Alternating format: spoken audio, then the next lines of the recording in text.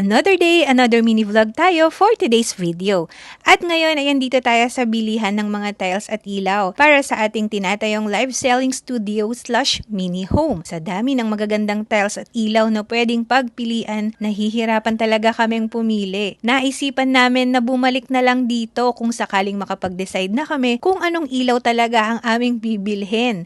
Ang pangalawa naming pinuntahan ay sa Wilcon Depot dahil madami daw tiles na pwedeng pagpilian dito. Malapit lang ito sa una naming pinuntahan kaya dito na kami dumiretso. Sa totoo lang, nahirapan talaga kaming maghanap ng tiles dahil wala yung design na gusto namin. Meron kaming nakita na pwedeng alternative pero may kamahalan at hindi pasok sa budget namin. Kaya naisipan namin na pumunta muna sa furniture unit para tumingin ng table and chair. At ito talaga ang nagustuhan ni Sky. Perfect kasi ito ilagay sa aming mini live selling studio / mini home. Ito ang magiging bar counter namin. Hindi malaki, hindi maliit, sakto lang. Nasa 5,000 plus lang ito kaya pasok sa budget. Ang sabi ni Sky, babalikan na lang daw namin kasi nakamotor lang kami. Ang pangatlong pinuntahan namin ay sa Tile Depot. Grabe, sobrang mahal pala ng mga tiles dito pero maraming magaganda. Dito din namin nahanap yung design na gusto namin kaso sobrang mahal. Nasa 1,000 plus ata. Kaya pinag-iisipan namin kung ibang design na lang ang gagamitin. Meron pa naman kaming ilang araw para mag-decide kung ano talaga ang tiles na bibilhin namin. Ang huli naming pinuntahan ay ang Mandaue Home Store. Napakalapit lang nito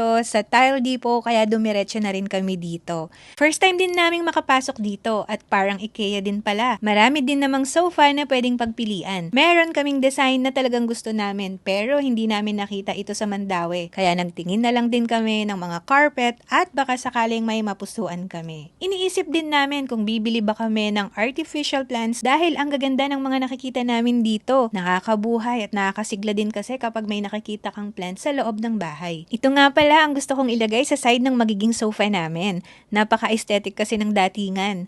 Medyo may kamahalan pero sigurado kami na babalikan namin ito. Sa dami ng aming pinuntahan, kami ay nagutom talaga. Nakita namin itong karinderya at kumain saglit bago umuwi. Nakakapagod, nakaka-stress at ubus ipon din pala ang magpagawa kahit maliit na struktura lang. Pero andun ang saya dahil may pinupuntahan ang maliit na kita namin sa pagla-live selling. Maliit man pero lumalaki kapag naiipon.